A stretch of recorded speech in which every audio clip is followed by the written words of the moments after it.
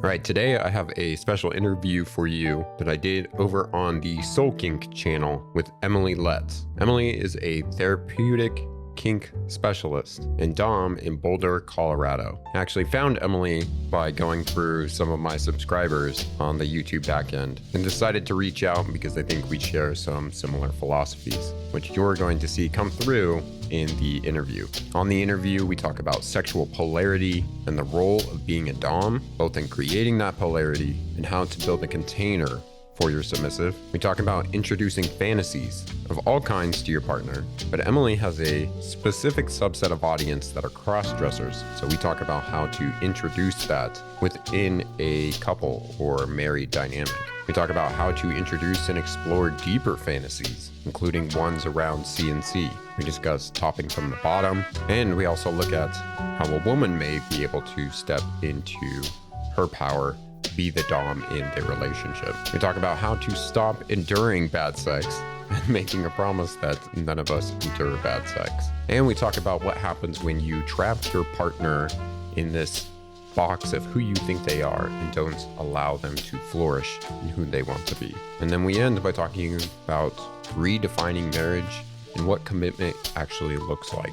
So if you're in a relationship and either of you wants to start exploring dominance and submission or start expressing some of these deeper fantasies to your partner, no matter what they are, you're going to find a lot of value in this podcast. Without further ado, I'm Brandon the Dom. Let's get to the interview. Hello, and welcome to another episode of Soul Kink Therapy. My name is Emily Letts. I am a therapeutic dominatrix based in Boulder, Colorado.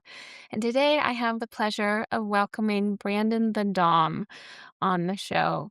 Brandon is a sex and relationship coach based in Austin, focusing on dominant and submissive power exchange dynamics. I met Brandon as he reached out to me from we kind of peeked at each other's YouTube videos, and Brandon's YouTube is stacked, yo. I mean, just like video after video after video of such beautiful educational content, which we will talk about later. But in the meantime, welcome to the show, Brandon. Thank you, Emily. It's great to be on the show, and it was great to connect with you. I think we have some similar philosophies and whatnot, so it was good to reach out. Yeah, it was really beautiful to come together and solidify our love for kink and Mm. BDSM as a profound healing tool. So one of the things I wanted to talk to you today about is one of the things that a lot of folks who listen to this podcast are heavily skewed towards the cross dressers. And one of the things I want to talk to you about today is how to build a strong polarity, Mm. or how to build a strong DS dynamic when one of the partners is a cross-dresser. I thought you would be the perfect person to talk about this with, because folks struggle. Yeah, yeah. I think particularly for your community, they are already messing with polarity, right? Because they're Yeah. messing with the polarity within themselves, Maybe we especially should if, back up. Would you mind sharing what's your definition of polarity? oh, sure. So polarity for me is when you and your partner are creating a tension between one another. Mm.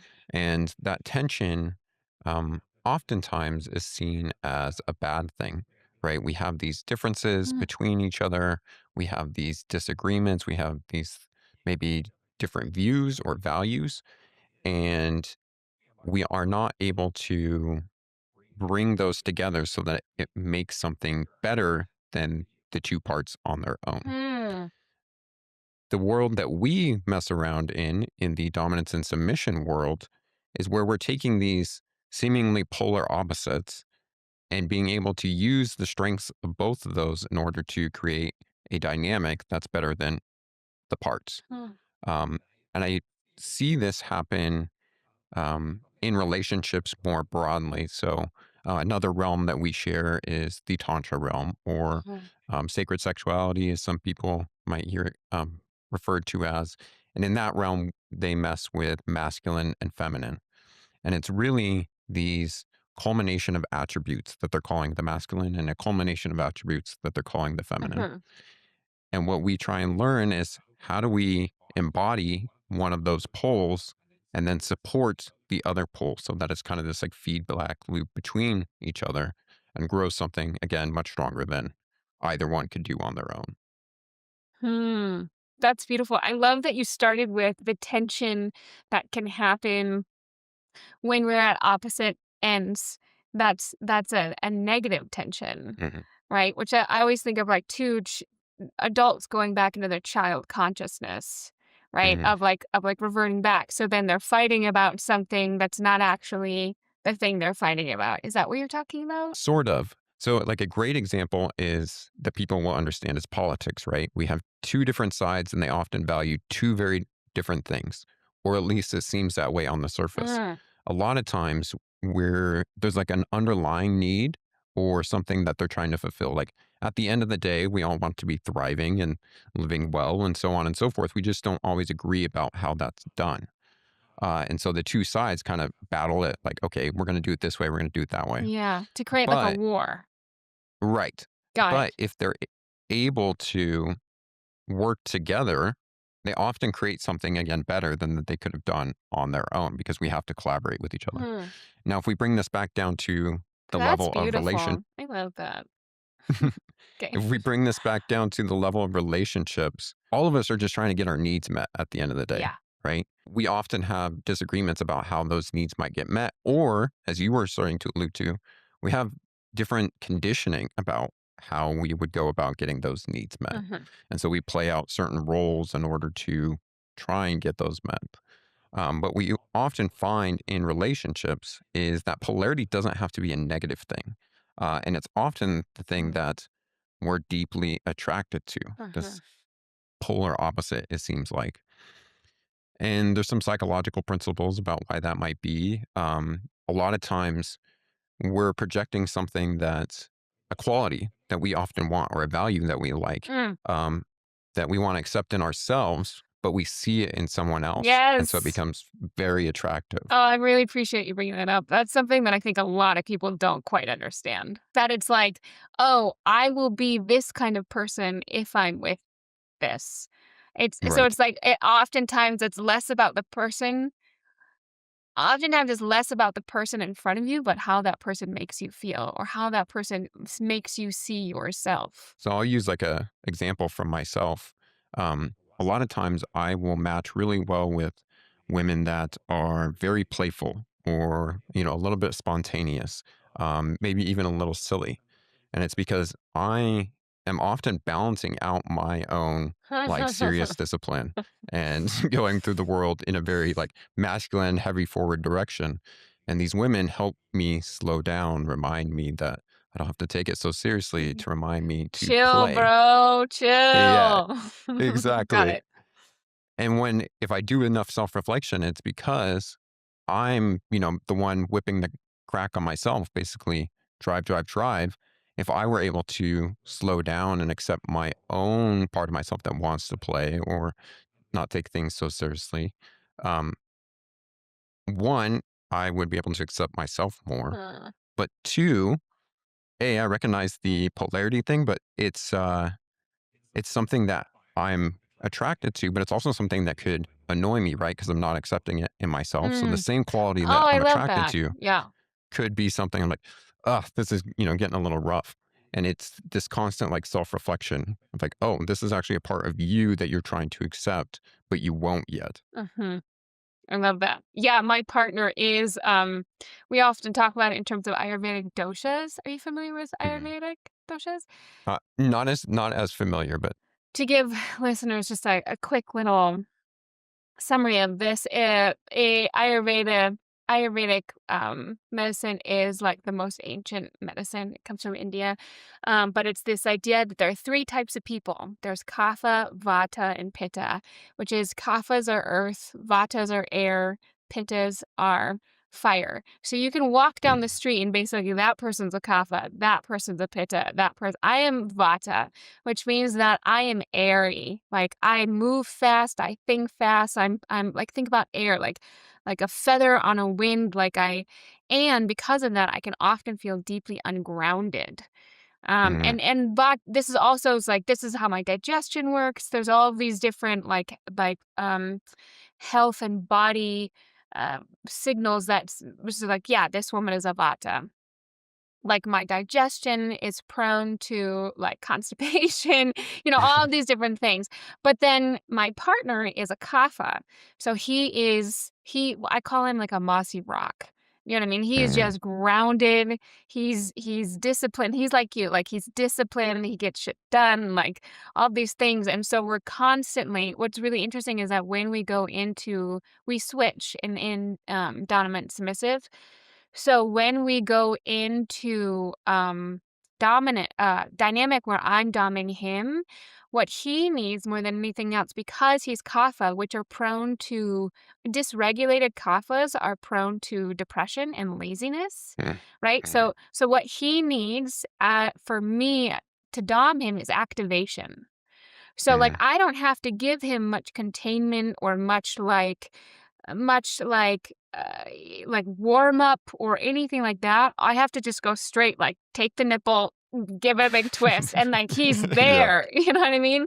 So like what he needs is like a kick in sensitive areas here and there, and I don't have to do much else because he just needs that activation. Whereas for me, I'm a vata, so what I need more than anything is containment. I need Mm, at when he doms me, like he has to do quite a lot of work to get my mind to settle the fuck down. Right? So yeah. he's like telling me when to breathe. He's also, this is why humiliation is so, I'm obsessed with humiliation for myself, because humiliation, it is the most effective mind control I've ever experienced. It just like cleans out my mind so effectively because I'm reaching into my own like emotional baggage for my own Mm, like tendrils of shame, so that which already have such a whole, we all have them, are rooted within me, so I can go into that and then start to move down into a more submissive, grounded place. mm. So just, yeah. So very much so. It's like that constant balancing, and also recognizing that not everyone needs the same thing is what I'm Right. hearing. And yes. And I think, part of the thing that you had mentioned when doing this podcast is thinking about your community and the cross-dresser community and Mhm. how they might build these dynamics, maybe how they might switch roles, because somebody that's cross-dressing is probably leaning more towards that feminine side. But what you just described are two people that are able to create a container for whatever the other person needs. And that Mhm. needs not the same. For you, you needed something more grounding. For him, he needed something more activating. Right.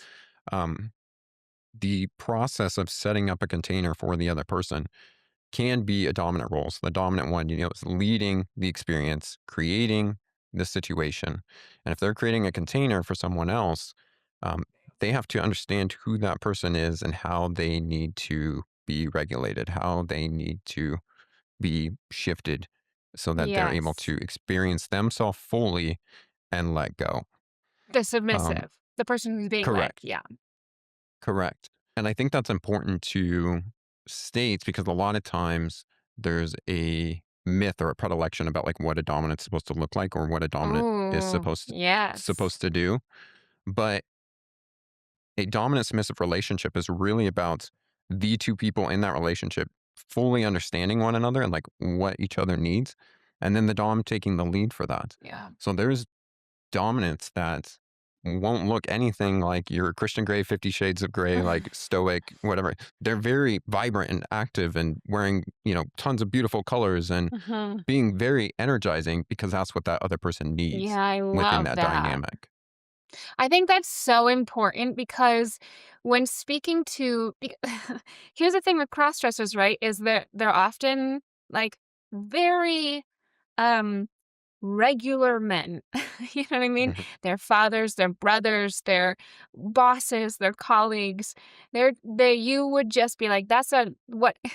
My community is like a very woo-woo community, so we might call them normie. Like, they're just Mm, like normal guys. And then which is why like the altering of that masculinity is so taboo and also so erotic for them. But the thing is, if they're going to alter that, then they need a counterpart, which is generally like Right. their wives who are also pretty mainstream. You know what I mean? And who have not been exposed to the profound pleasure of being a dom. And so Mm, I also often hear is like, how do I get my wife to want to dom me? mm. When maybe our normal dynamic is always I'm in the lead, I'm the provider, I'm the father, blah blah blah.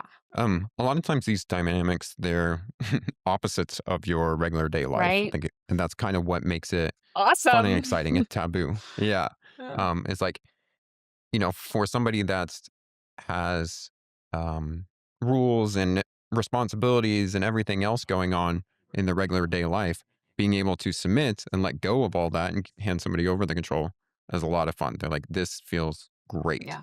On the flip side of that, somebody that maybe doesn't have control or responsibility all the time, being able to step into that and be like, oh, holy shit, I have some power here, in this uh, dynamic, in this experience.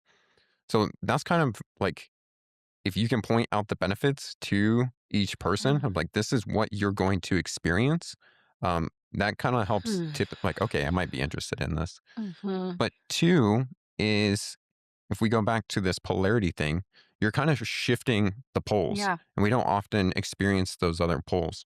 And what happens there is a deep understanding of the other side, like a more empathetic Mm. understanding of what the other person goes through. Uh-huh. And in part of, at least when I embody, the dominant role and setting that container, I'm trying to allow the submissive to show up however they want to show up. Mhm. Like part of what I'm trying to do is accept that person for who they are Yeah. and how they're showing up. And for somebody in the cross dressing community, I would imagine that that would be deeply healing to be felt Mm. in that way, to be seen in that way. Yeah. So if you can express that to your wife as well, like, hey, you're not only just, bossing me around, Mm. you're creating this container where I can be accepted and seen. You can understand me deeper. Yeah. And likewise, I can understand your role more too when I'm, normally leading the family or leading, our lives, what it's like for you to feel, somebody taking that lead. Yeah. I love that.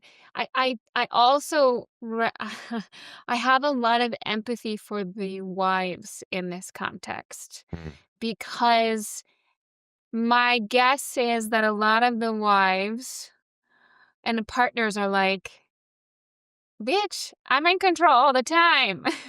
You know what I mean? Like, I Yeah. don't like my like, I I rarely get to feel like the pretty one, and now Mhm. you get dressed up, and you are dressed to the nines in ways that I've never felt comfortable being dressed to the nines, wearing that lingerie, blah, blah, blah. Like, being a woman is actually a lot more challenging than just putting on some heat, you know what I mean? Like, all of these Yeah. different things, and also it's like, and we have kids, and, like, I still have to be a parent and all these things, and, like, our sex life isn't that great in the first place, so now Mhm. you wanna take away the one thing, like, la, la, la, la, la, like, there's a lot there.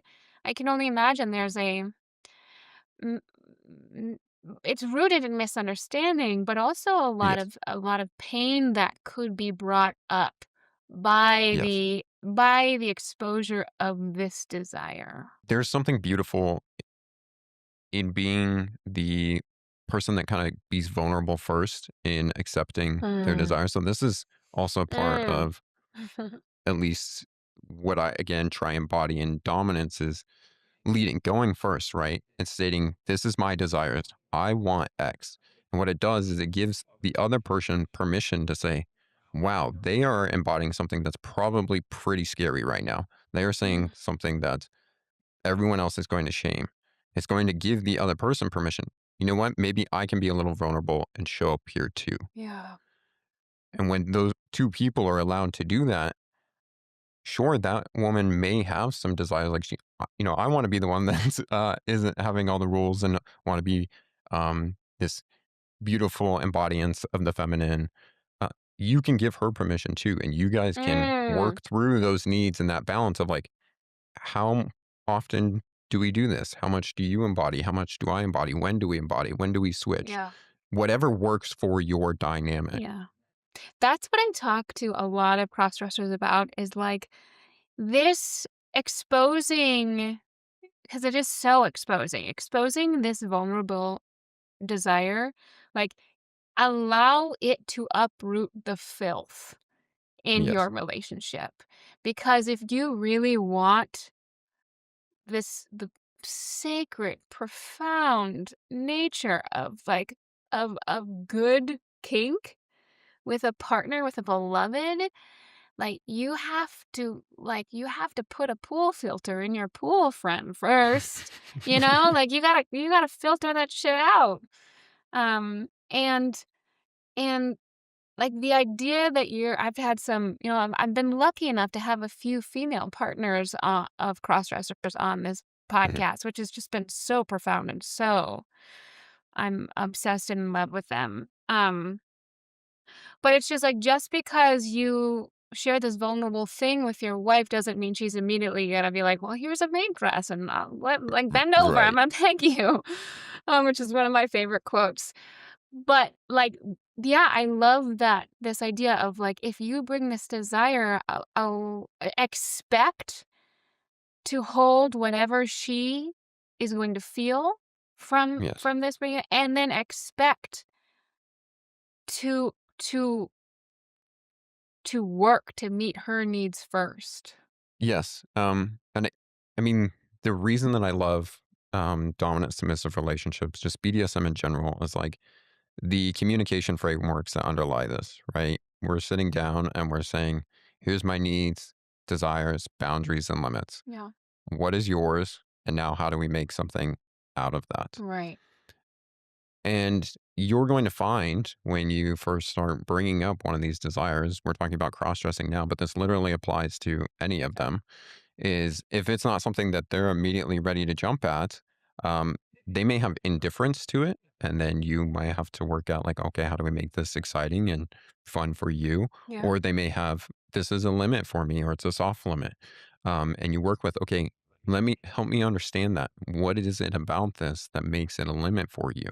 Mm. And in that, you may find it's cultural programming, in which case now we got to unravel stories and work with each other Mm. there. It may be past experiences, in which case now we got to create a safer container for us to experience this. It may be an active turnoff, in which case, okay, maybe this isn't a compatible relationship or not a person that you can explore this with, which is sometimes the reality of it too. I also feel like it's the scary thing. But I feel like that's always the catastrophizing. It's just like, "Well, I can't bring it to my wife because she's gonna leave me."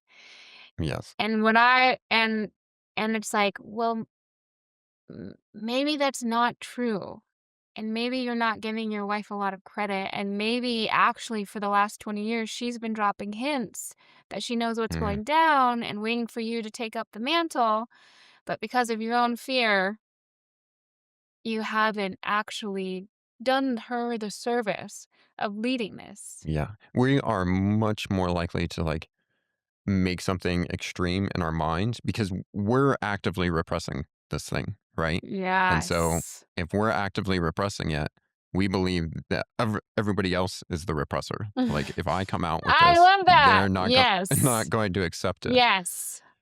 But what we often find is if we share this, uh, especially if it's somebody that's been married to you, that loves you, that Has says I'm committed. invested heavily in your Yes, well-being.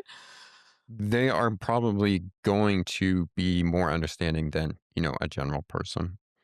And you don't have to go full force with it, right off the bat. Okay. With any type of kink, even when you're stepping into kink, I always say like start small. It's kind of like exposure therapy Mhm. of like do one small thing and then add on to it. Like the reason for doing that is one, it gets you confident in doing it, but then two, you both get to experience it a little bit and understand what your feelings are around that. So earlier I was talking about cultural conditioning.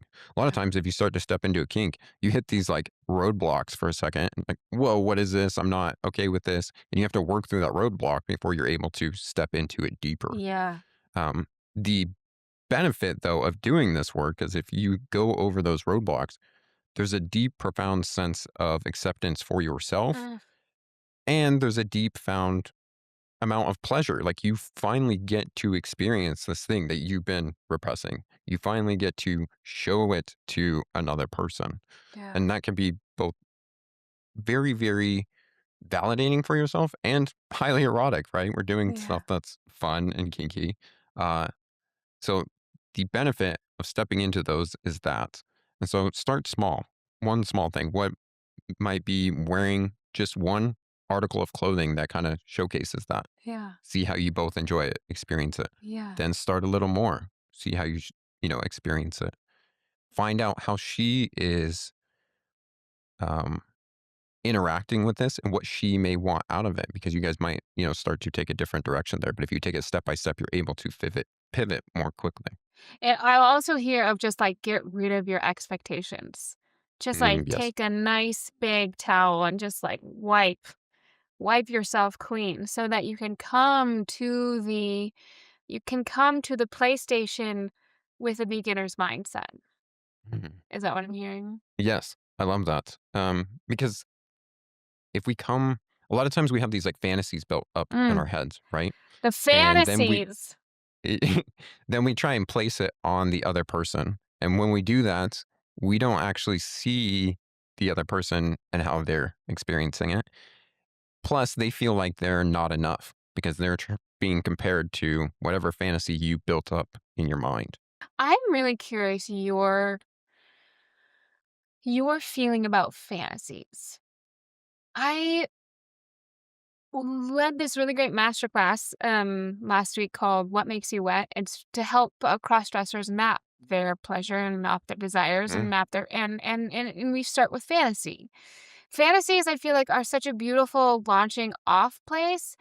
And I feel like the majority, I want to say a blanket generalized statement that I have zero data for. And I'm going to say it confidently, so you believe me. The majority of men, I think, get stuck in a purgatory of fantasy that through porn or through whatever that inhibits their capacity for intimacy. What do you gotta say? mm.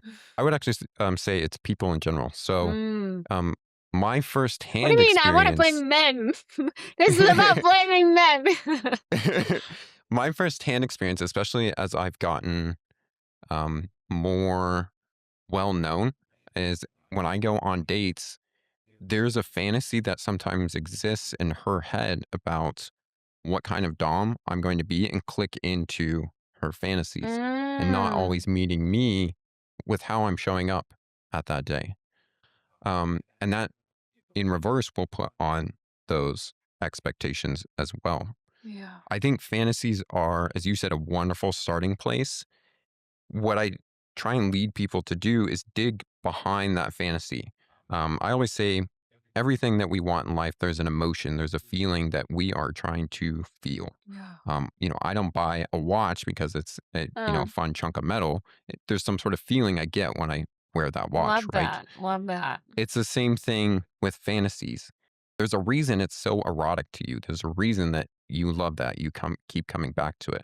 And if you can start to identify the feelings that it evokes in you and then the triggers that trigger those feelings, Eh. this is where you can start to explore fantasies in reality. So if I take a fantasy and I feel powerful in that, what trigger things in there are making that feeling of power? It may be her kneeling. Uh-huh. When you break it down that way, you can take extreme fantasies. So CNC is a very popular Do fantasy. you want to explain what And that for some is? people, uh, consensual non-consent. So this is where people have agreed beforehand that they're going to engage in a way that simulates something that would be non-consensual. Mhm. Um, Also many known people, as freight plane. yes, um, many women actually have this fantasy, and they're often uh, very ashamed by it Yeah. for obvious reasons. I'm raising my hand Um, over here. I went through that experience. but if you understand some of the feelings behind it, you can do activities that don't have to reach all the way into that deep part of the fantasy where, Huh. maybe you have this fantasy of being tied up in the back of a van and taken somewhere Uh-huh. and, engage in this type of thing.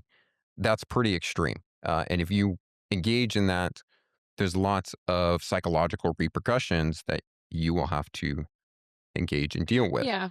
And when you say extreme, what I hear is just like advanced. It's just Right. highly advanced. Yeah. Yes. Yes. It's going to take a lot more risk mitigation Yeah. and preparation for it. And then And the aftercare is going trust. to be a lot longer. Yeah. Yeah. Yes. Um, but if you understand the feelings under there, you can pick activities. Maybe you're like, okay, well, we can start with bondage and I can start to get a little bit of that feeling. And maybe we throw in some dirty talk and rough sex. Yeah.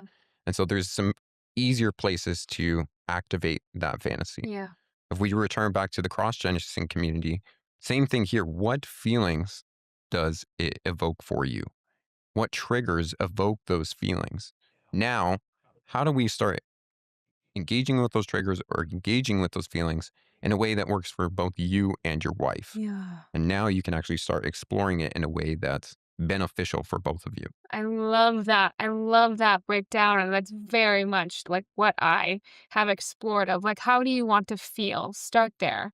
Like maybe even just like delay the nylons, delay the pegging, delay, and just go to can you create either sexual or non-sexual scenario with your beloved where you focus on how you want to feel. And then you have to find the vector that overlaps with how they want to feel. Yes. And this is also a fun activity of like, um, again, being vulnerable, sharing your fantasy a bit, but then hearing theirs. So, like a game I like to play is after you've had sex, because you're sitting in all of those wonderful chemicals, Mm. doing pillow talk, do an escalating game of back and forth of like, here's a fantasy or a turn on that I have. What's one that you have? And the reason that you start like, I want to try blindfold, something very tame, is because you build this little bit of trust. Mm. You build trust because they're not going to judge you for it. And they're like, oh, I get to be accepted for that. And you kind of just escalate back and forth. What are those fantasies? Mm. Um, but when you are able to build those fantasies on one another, like you can start to mix and match them, and it's going to be fun and exciting for them too. So they're going to want to engage in your fantasy as well. I love that. Yeah, I call that kink paraphrasing. Mm, Like one way also is like you put out a fantasy and then they take a quality or a feeling in that fantasy and then they paraphrase it for themselves of like what that would look like for themselves. And yes, then you go back yes. and forth. How okay, so if my partner is newly outed themselves, newly exposed or newly shared this Mm, vulnerability of like, oh, BTW, I'm a crossdresser and have been for a while. Uh, do you want to play with me? What advice do you have for specifically women in finding their way into dominance? And I mm, and I'm so curious what your and again, like tips and tricks are welcome because this is like I started off completely submissive and literally taught myself based on desires that I had, but eventually like almost like trained myself to be erotically charged by dominance because at the mm, beginning I just wanted to hold power over men because it felt fun and I was doing it mhm, in dates we and like unconsciously anyway, so I was like let me just try to heal this dynamic, and then over time the eroticism came and now mm. it's one of my favorites. So Yeah. Um, what are your tips and tricks? so to me, one of the most dominant actions you can do is basically say, I want this thing, and then basically go after it. Hmm. It's it's basically assertion, right? But I see like assertion as a skill that's needed on both sides. But the way that it's played out is a little different. So the dominant is asserting what they want and going after it. The submissive is asserting themselves so that they are known and their boundaries and limits are respected, but they're going to be following the dominant lead. Well, can So you that's how the assertion. explain that a little bit more about how the submissive is assertive? So if a submissive doesn't assert themselves, they become a people pleaser or doormat, Right. right? And then resentment Because they builds, boundaries crossed, like it gets distorted and gross. Yeah. correct. So a submissive has to speak up for their needs, desires, boundaries, and limits. Mhm. But it's most important that they're speaking up for those boundaries and limits because the dominant is creating the situation, they're leading it. So it's not very likely that their limits are going to be crossed because they're going to stop things before Right. it actually happens. Right. The submissive, though, needs to make those known so that the dominant doesn't run over those. Mm. So that's where their part in assertion Got comes it. up. Love that. Okay, go ahead. But if you're stepping into dominance, identifying exactly what you want and then being able to come to the other person and say, this is what I want. Would you like to engage this? Is your first step. And the reason I start there is because it completely removes all of the things about what a dominant is supposed to do or what it looks like for it. Because Mm, we can think of, oh, I'm supposed to just go in and be bossy and wear make leather all and these commands. latex. Right, right. You have this image of what a dominant is. But if you stop and like, what is it I actually want? Maybe I want to wear a pink dress and come in and I want them to do this thing. Yeah. Perfect. That's what you do. As long as, it's within the other person's limit. You don't have to look like this other dominant and you don't have to do the same actions that they might do. I see this a lot with dominants that aren't necessarily that hardcore disciplinarian Mhm. where they have certain rules that must be followed. Yeah. Um, for me, for example, I have honorifics, but I don't enforce them. Like I don't require that they be called. It's not a big turn on for Mm. me. It reinforces the dynamic, but it's not a requirement Can for you me. explain what For an other people, honorific is? so an honorific is something like sir or daddy or Yeah, master. It's to show a sign of respect to the person that's in got it. charge. Um, but there are dominants that like this is you must say these things, Right. right? And if you think that you're supposed to do that, you're like, oh, I'm supposed to make my submissive call me these things. When you go in, you're going to be telling them, oh, you have to call me sir, but it's not going to come off authentic. They're not actually going to feel your power. They're not going to Uh-huh. feel that dominance from you. But if you come in and you're like, I want you to do this thing that's coming from your own desires, that's when they actually feel that power and dominance. Mhm. So this is tricky then if the first catalyst to this experience is your husband being like, "I wanna dress up as a sissy maid." Right. Right? So then Right. because it's like the submissive, it's almost like it sets the dynamic up from topping from the bottom. Do you wanna describe Yes. what topping from the bottom means? So, topping from the bottom is basically where the submissive is leading the situation, where you're flipping the roles, Mhm. right? Because the dominant's supposed to be leading the situation. Yeah. And if the submissive is always like, no, you need to be doing it this way, or we want to move in this direction, it's like, hey, you're not actually surrendering to me and, what we've agreed to. And Um, it can be and that, yeah, it can be really annoying and just yes. challenging for both people. Yes, because the submissive often wants to surrender. The submissive doesn't want to be leading it, Right. but they're like, "You're not going in the direction that I want," and so yeah, it just butts heads. Which is different than just voicing like a yellow or negotiating. It's like it kind of my I mean I'm a reformed topping from the bottom asshole. And I still struggle with it, well, less and less, but it kind of can like seep in. It's often I call it like a check engine light, actually, Mm, um, because again, if it's the way that I see dominance is each person has needs. The dominant is creating a situation where those ideally are both being met, mm, right? And they're leading that situation. If the person is topping from the bottom, their needs are not being met in whatever direction that right. that scene is going or that relationship is going. So some are going to just directly speak up about that, like, hey, this isn't working. Others are going to do it in these backhanded ways where they might try and control the situation. Great.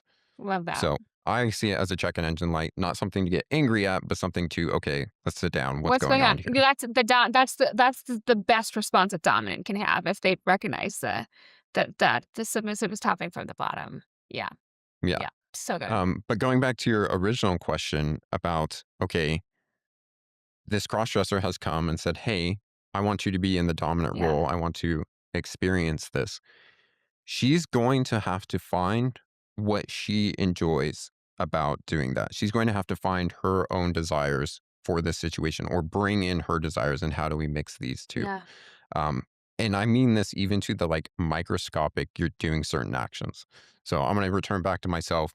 If someone's giving me a blowjob, Huh. I can be enduring that blowjob or I can be deeply enjoying it. And the difference is I'm actively putting in, what I want out of that blowjob. It may be her What's the first option? You can be in, enduring, enduring it. enduring. Okay. Yes. Yes. Because if That somebody's sounds terrible. exactly, but if somebody's doing something like in a motion that doesn't feel that good or Right. doing it in a way that doesn't, and you don't speak up, you don't say, this is what I want, Yeah. you're going to be enduring that situation. Yes. So for her, as she's engaging in this cross dressing fantasy, she has to speak up for what she wants in that, Yeah. what things she wants. Otherwise, she's going to endure it. She's going to hate it and she's never going to want to do it again. I love that. Yeah. Enduring. Let's all make a pinky swear that we will never endure in an intimate situation ever, ever, ever. Pinky swear, great. Spit, cool. Yeah, I hate enduring. And the other thing is like enduring, you have to be so like I have found that I have to be hyper vigilant when it comes to Mm, enduring. yes. I mean, and because you have to train yourself, because we all, especially in intimate situations, have done lots of enduring. I mean, that's how we Yes. begin exploring this is we endure things and then we like, I didn't like that, I did like this. But then whether we have the capacity or the ability to use our voice and like describe our feelings is a whole nother layer on top of that. So you really have to be, it's not like, oh, I'm a people pleaser, I endure, or it's like, no, no, no. Even I, a skilled professional in this realm and who've taken every workshop in the world on this, I still catch myself enduring. Yes. And Sneaky. the reasons for enduring are like different because I will admit I endure sometimes too. And it's often like, oh, I don't want this person to seem like they're not enough or they're not doing well. Right. That's the side that comes Yeah. from me. But for a woman who maybe has been submissive and then stepping into that dominant role, they're going to have all this conditioning for however long you've Yeah. been in that relationship in this role. And now you're trying to step in the dominant position. You're probably going to start enduring things like, I'm engaging with this. It looks like they're enjoying it. I'm enduring this because you're kind of falling back into that position. You will have to take that active awareness and that active will to start, hey, this is what I actually want. Do this thing. It makes me think, I'm just curious about ways for women to ease into exploring with their cross-dressing partner. And I want to see what you think about this, in which case the it reminds me of, I'm gonna just give a case example of me and my partner. It reminds me of my partner wanted to he sometimes helps me on my business because he's a big businessman or whatever. So, and he's deeply passionate about this work too. He enjoys it. And so he was just regularly helping me. And then eventually he was just like, you know what? Like, or one of us brought up was like, why don't we actually do this in dynamic? Because I'm kind of Mm. bossing you around anyway. So then we started doing mistress and helper. But one of the things that I realize is that when I'm in my workday, at first I was like, I have to dom him. I started feeling burdened. And I was like, I don't Mm, want to have to I just want to get my shit done. I just want you to help me. And so so then that's why I was like, okay, that's why I named him helper. mhm. Your job is to do nothing but help me. You are here to serve me, and I'm just going to tell you what to do. So then we started playing on that, and where now, like at the beginning when I started working with him in this way, and it was going to be non-sexual at all, because I was like, I don't want to have to get around. Like, I don't know. I don't want to have to do all these things in the middle of my day when I'm trying to get stuff done. I just want you to help me. So we started like where he got on his knees and I was just like, I am the dominant. You're the helper. Your job is to serve me. Your job is to ensure that I'm grounded. Your job is to ensure that all my needs are met. Your job is to add to my life purely. Mm, My job is to not be burdened by you. My job is to not go out of my way in any way, shape, or form yes. to take care of you. And I had to say that for myself so that I could release any obligation I was feeling and basically talk to the constriction in my stomach that was just like, oh, I don't wanna. Mm, And then by doing that, it was an amazing experience. And now we mm. do it like literally regularly, like once a week. And now it's become very erotic and it's just grown all in all kinds of ways. But it's just been so helpful. And I'm just wondering about for a wife who's a crossdresser, maybe you start with you make your partner like maybe like you are my self-care bitch for the evening. Your job is to I want a foot massage. I want a Mm. back massage. I want you to pour me a glass of wine. I want you to order dinner. But it's just like j- purely things that would make you happy and nothing else. Yeah. So, what's important here to remember? So I remember talked about earlier. Both partners have needs, desires, boundaries, and limits, right? Mm. Right. What you're talking about right now is you had a limit for how many needs you're willing to meet of that other person. You Mhm. don't want them to be a burden. Mhm. Doms have limits too, Yeah. and we need to make sure that we remember those so that we can give with joy. We can give enthusiastically when we are meeting that other person's needs. Mhm.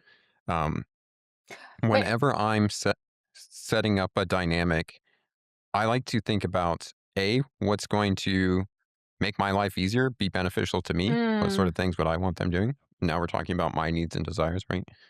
B, what's going to be beneficial for them? How do they want to grow? What do they need? And then C, what makes the dynamic work better, just functions more smoothly. oh, And those might be different communication protocols or ways to check in with one another, things like that. Um, when you're addressing A, what is most beneficial to me, you're coming to your partner and saying, I would like all of these things. Would you be willing to do those? uh-huh, And they are going to agree or not agree. uh-huh, Then the other one's going to be what is beneficial for them. They're going to come to you. I would like all of these things. Would you be willing to do? And some of those you can say no to because it's going to fall out of your limit. If there's something that you're going to engage in and you're going to endure it, you're going to build resentment for, don't do it uh-huh, because it's going to feel shitty for that other person. uh-huh, Even if you like starting to do it for them, it's not going to land the same way that they want it to feel. uh-huh, And remember, we're searching for feelings in this. uh-huh. How, when we engage in this, we want to feel a certain way. If you're enduring something, it's not going to feel like they want it to feel. Yeah. Love that. I love that. And so what would a okay, so that's my first question of like, yeah, so like for the women, think about like what would you actually want? And it doesn't have to be Yeah. sexual. There's a book called Real Service. It focuses on if Hmm. you're building a 24/7 dynamic, which isn't what people are going to be doing, right off the bat, but it helps. There's some descriptions of what service looks like in there. Oh, cool. And I like it because it shows two opposite sides. One's the micromanager who is like actively engaged in directing everything, has to put in a lot of energy for their submissives. The other side, I can't remember what it's called, but it's basically being like a handler. So somebody that basically helps a celebrity or a book author when they're going on a trip, and they handle everything. They're like, I know your calendar. I'm getting you your food. I'm drawing your bath if you want. Huh. There's that form of service as well, and you can see that's a lot more energy of the submissive towards the dominant than it Yeah. is the dominant towards the submissive. That's So interesting. find out the flow that you guys want. Yeah. Um, Neither one is right or wrong. It's what works for you guys. Hmm. I love that. I love that. And that's the thing. Again, like wipe the expectations clean of what this is supposed to look like. The other thing I am curious about, um, and I just want to go back to cross dressers. When you come to your lady and you're talking about this, like, you have to help her understand how this will benefit her life. A Yes. lot Yes. of times cross-dressers comes because this is super scary and, like, really vulnerable, and maybe they have or have not done their work to make peace with their shame. They come as, like, "Can you hold this trauma for me? And Yeah. also, do you wanna have sex?" Right? Instead of just like, I would love to serve you," or Hmm. I would love to have this benefit your life in some way Yes. and to grow together is I just think is a big thing. Okay, so my other question is what do you think about if a what do you think about one way I think some women have come into this realm is to first um acclimate themselves to Mm. having their partner um being the feminine. And so what about the way because I'm going back and forth. I want to know because I feel ambivalent about it. Just like, oh, is it of like, okay, what if their partner gets dressed up and it's just like you just have a girls' night and like Hmm. they're your best girlfriend. So you don't have to be anything but who you are and you meet them as a stranger who is like because honestly, your partner you have to re-meet your your your partner Yes. in as their feminine because it's going to be very Yes. drastically different than their masculine. The pros I see is like that could be a way to acclimate and and that could be a way to find resonance with each other and Hmm. find pleasure and again as a way to benefit the wife of just like we get out like let's do makeup together let's go get a spa together let's go shopping together it's like your could be your best friend. On the other hand, I'm wondering does that then hurt any chances of actually creating polarity? This is a great question. So I'm speculating because I've never. Perfect, just say it confidently and everyone will believe you. Yeah. um, but what you say there will be resonance and familiarity, right? And I'm not sure if that's going to port over into an erotic context where you have that polarity. Hmm. That said, it doesn't mean that you can't do both. And that's basically what we do in long term relationships. We Mm. create familiarity and resonance with one another so that we're able to collaborate. But if we're going to keep things hot and spicy in the bedroom, you also have to balance that with polarity. And Hmm. that's an ongoing thing in a relationship. So I Which don't see why. weirdly enough most people don't practice, like, don't realize that this is a skill set. It is Yes. like your Yep. polarity with your partner is like it's like raising a child.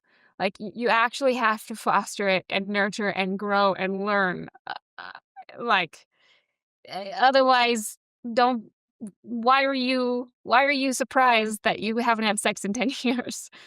Yeah. Yeah, the common thing is, like, in the beginning, you love all of the differences. Like, Right? "These are amazing. This is great. I love this." And then you get so familiar with those differences that now they become Yeah. resentments, right? And you're like, "These suck."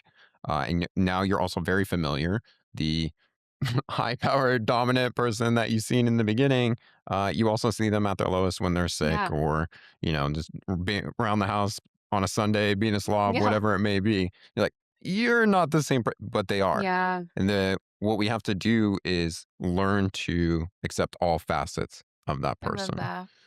But as we're doing that, you also have to cultivate that difference. You have to cultivate that polarity and sometimes step into things that allow those to show up more naturally. So that's one of the reasons that people explore dominance and submission sometimes because, like, hey, we're actively going to say we're stepping into these different poles here. And maybe we're not that way, in our relationship day to day. But because we're doing that, we get to experience these other facets of each other that we don't normally get to see. Um, so I think, in a cross-dressing relationship, there would be benefit to begin accepting it so it doesn't seem so foreign. Yeah.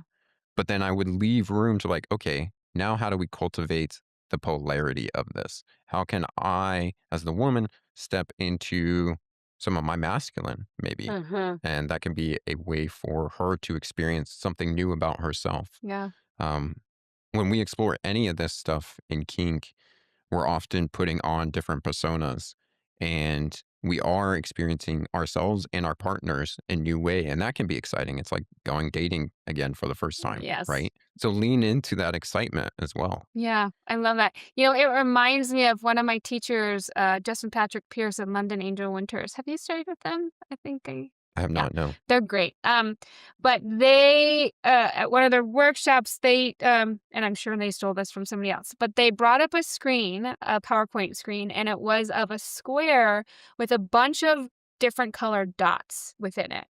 And they're like, I just read their book. oh Now I know who yeah, you're talking. I yeah, literally just read their book. I was like, no, I've not worked with it. The name sounds familiar. Yes, yes. they have a fantastic model of polarity. So good, right? It really helped me.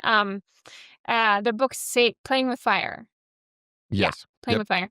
Um, but so yeah, so they have this image, this square with a bunch of different colored dots in it, and then they're like, so in the beginning, and they're like black dots and pink dots, and in the beginning, you there's a whole person in front of you, but in the beginning, you mostly see their like favorable dots, you know what I mean? And so Yeah. like all of a sudden, like there's the black dots go away, and it's just like, oh, it's this full person, and then you see like the things that you really love about them. But then over time, and all of a sudden they click and like all the red dots go away.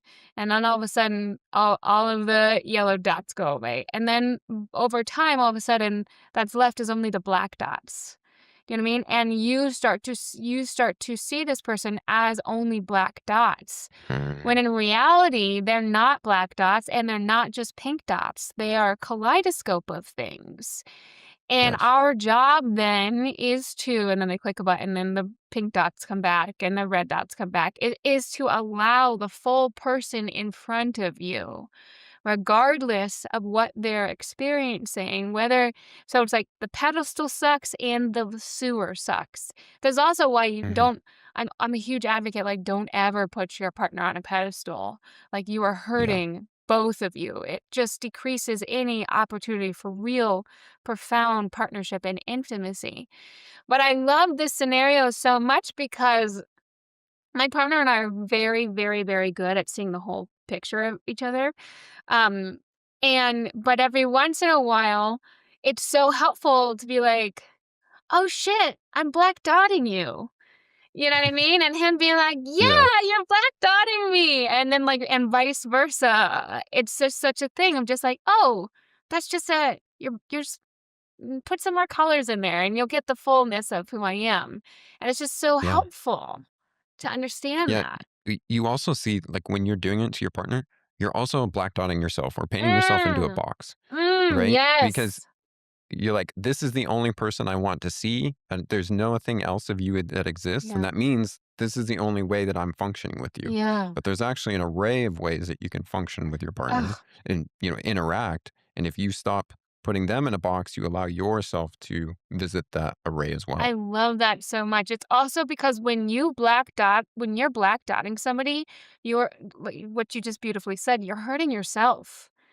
Because like you are then shaving down your capacity for compassion, for empathy, for Yeah. creativity, for joy, for happiness. Like you are ultimately black. Yeah, I love how you said that. You're black dotting yourself. And this is, I mean, we're talking about a spiritual principle here because, if you allowed your partner to be however they wanted to express Yeah. themselves, you're going to experience new ways of relating with them. You're going to experience new emotions. You're going to have new experiences in general. Mm, And we tend to place judgment on those, especially if they don't align with whatever else we've been told that should be the way things are. mhm. Uh, but the reality of life is we have this full spectrum of experience, full spectrum of Yes. emotions, and you start cutting off other ones, you're going to cut off the ones that you want to experience as well.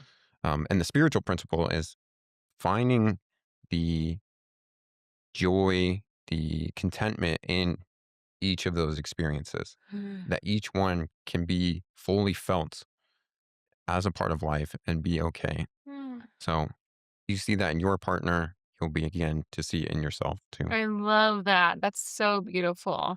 Also, I know we don't have time for this, but I'm gonna drop it anyways. It's just like also another ploy for non-monogamy Mm. of like allowing. I mean, this is about to be a whole nother podcast. So I'm just gonna like plop this and walk away. Which is like allowing your partner to be a full sexual human, whether or not that sexuality is pointed towards you. That's Yes. my partner and I, yeah, the foundation of our relationship from day one, we agreed upon was to be each other's, like, biggest cheerleader for each other's highest purpose and self. Whether that Mm. looks like we are together or whether we're not together. Whether that looks like Mm. we are enjoying a night out with somebody else or we're not enjoying, we're cuddling on the couch, whatever. But, like, if when we have that as our North Star, then, like, you not only do you get to love somebody so fully and recognize that, like, and in doing so, loving someone so fully, like, garnering that same love back. So it's a Mhm. constantly nourishing cycle, and then also, you always have somebody in your team that's, like, authentically on your team, which I feel like a lot of, especially long-term partners, forget how to do. There's this image from a Buddhist story where if you are looking at a flower and you try and keep that flower the same, because it's always changing. Mm, If you look at that flower and you grasp onto it, you're going to kill everything about it that you found beauty in. But if mm, you let the flower be, you can sit, admire, and enjoy that beauty. And what I find in long term relationships is we fall in love with certain aspects. We don't accept the full thing. And uh-huh. so we try and grasp on to that Yes. relationship. And unfortunately, a lot of times we do it in the name of monogamy, using that as uh, the thing that we should be doing, when rather it's actually this fear of uncertainty or this fear of change. Or what if you Yes. become a person that maybe I can't accept yet? And you're Yeah. going to have to mess with those dark things in yourself, some self reflection there. Yeah. So we grasp onto that and we end up killing the relationship. We end up killing what we found so beautiful in that other person. Yeah. That is so beautiful. That I love that so much. That's like I um I was working with a client recently and he's older. He's an older adult and um he talked about he tried to come out to his wife and his wife was just like this is not you're not that's not what I signed up for. That's not the person Mhm. I married as as a cross-dresser. Which on one hand I'm like that's actually kind of legit because this person's been lying to you for like 20 years and like only waited like 7 years after you're married to come out with their true desires that they've been acting on in one way, shape, or form.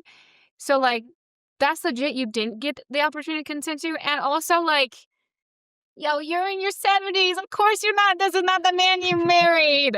Like, come Yes. on now. Yeah, that's also my bias against marriage as well, Mm, is we make this promise that we're going to love this person uh, for eternity, that they're going to be the till same. But the death do reality us is part. yeah, but you can't actually make a promise for someone you don't know Yeah. exists, in the future. You don't know what values and personality and everything else exists in that future. Yeah.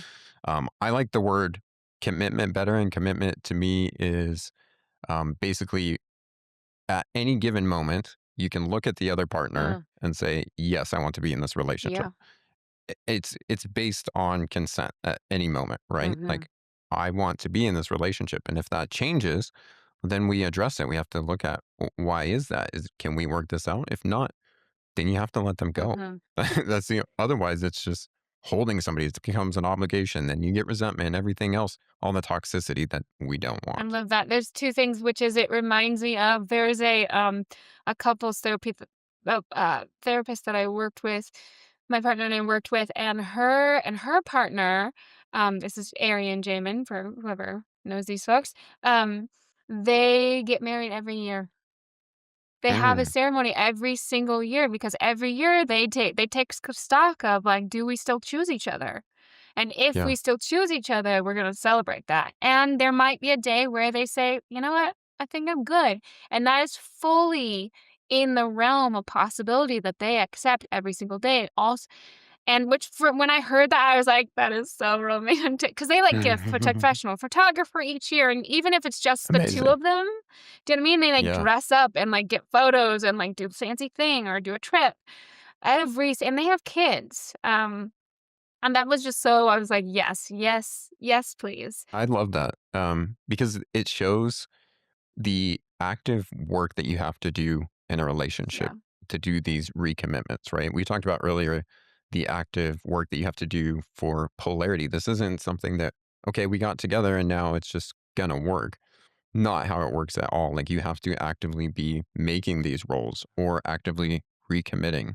I always say to my partner, what I'm committed to is actively doing the work with you all the time, whatever that looks like. So I can meet the, I think she always states this study that says over the course of your relationship, you'll change into like 7 different people. Uh, So she's like, I actively commit to like meeting your 7 different people uh-huh, and being able to work with that. uh-huh.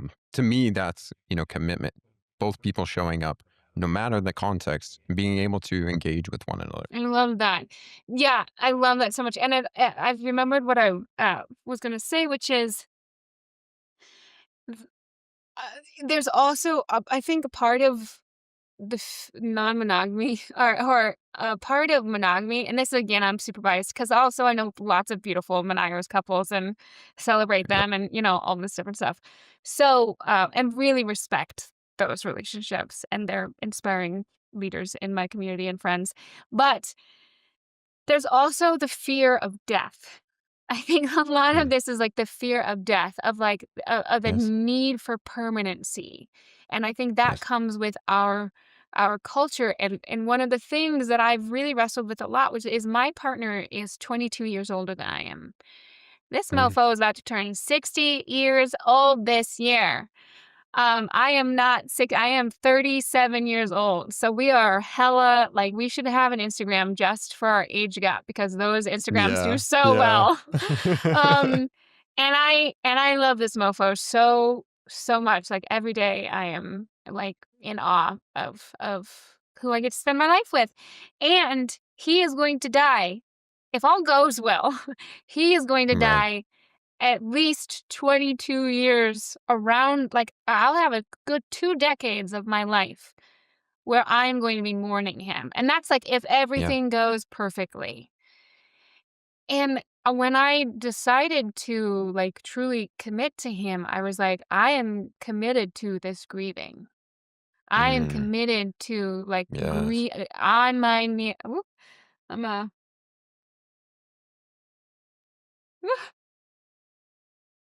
whenever I talk about it conceptually, it's like such an important concept, and it's like so I'm committed to feeling the heartbreak of losing this man. Mm, And I'm committed to being there when he's 90.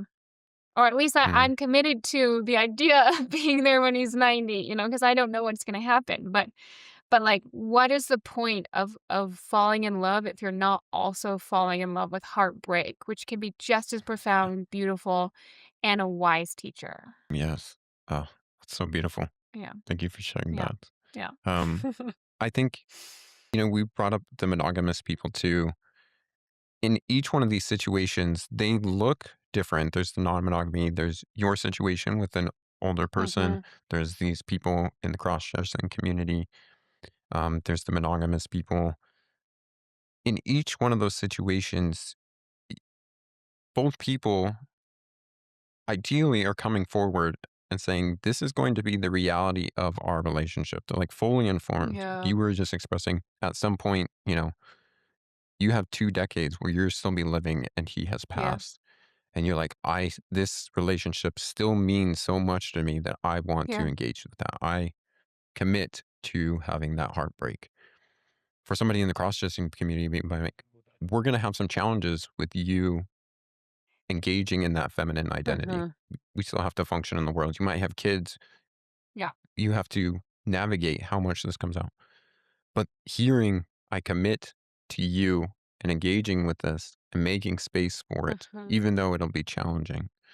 For the monogamous couple, it's often we are fully committed to each other. We're not engaging in other relationships. That's going to be a challenge.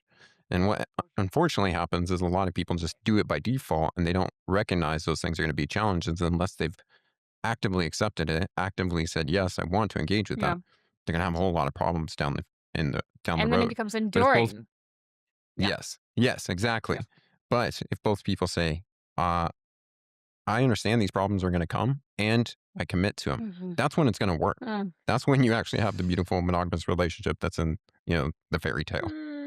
That's so good. And I'm gonna actually start. I honestly could talk to you for another 3 hours. So we're just gonna make one 3 hour podcast.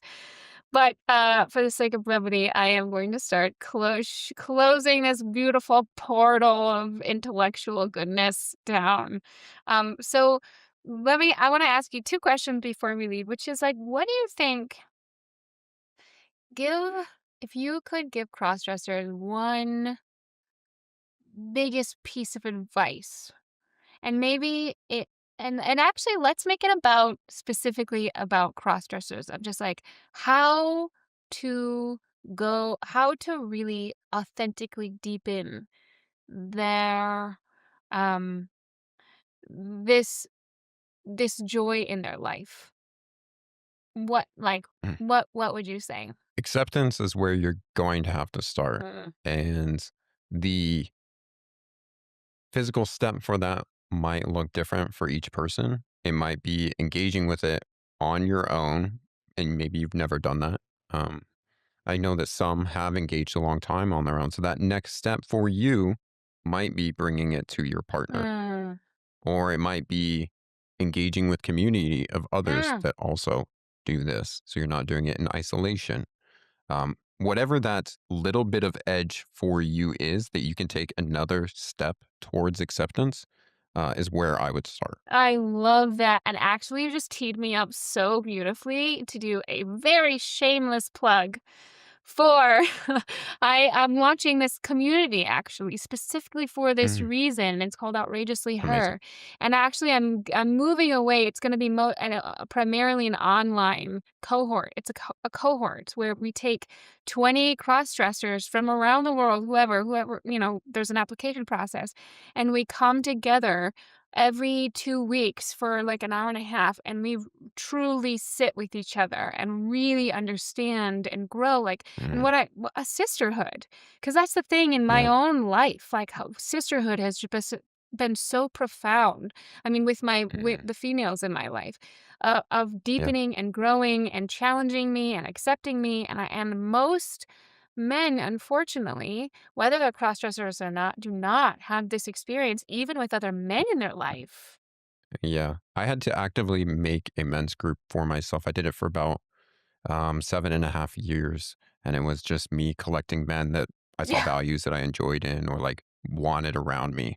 And we ended up making a group of about 8 people. It fluxed over the years, but there's nowhere I could go to like start making. I had to build You it have to myself. build it, and so I wanna build this for cross-dressers because it is so clearly needed, having this deep, intimate experiences. So we meet as a group, and then on the other, they're assigned sister pods, so then, like, 3 of them that you'll do have the same Amazing. 3, like, accountability buddies throughout it's a 4-month thing.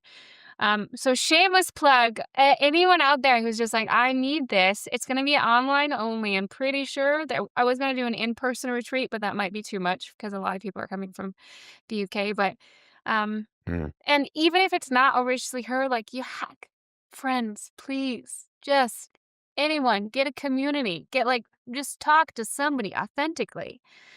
It's yes. so important. Gives you a lot of permission. So I run some munches in my local Oh, yeah. community. And one of the thing that you recognize with munches is we do this Wait, what's a question munch? game. One Tell me what's a munchin'. So a munch is a kinky meetup. Think like, a business networking event, except you're not going to talk about business and economics. You're going to talk about kinky stuff.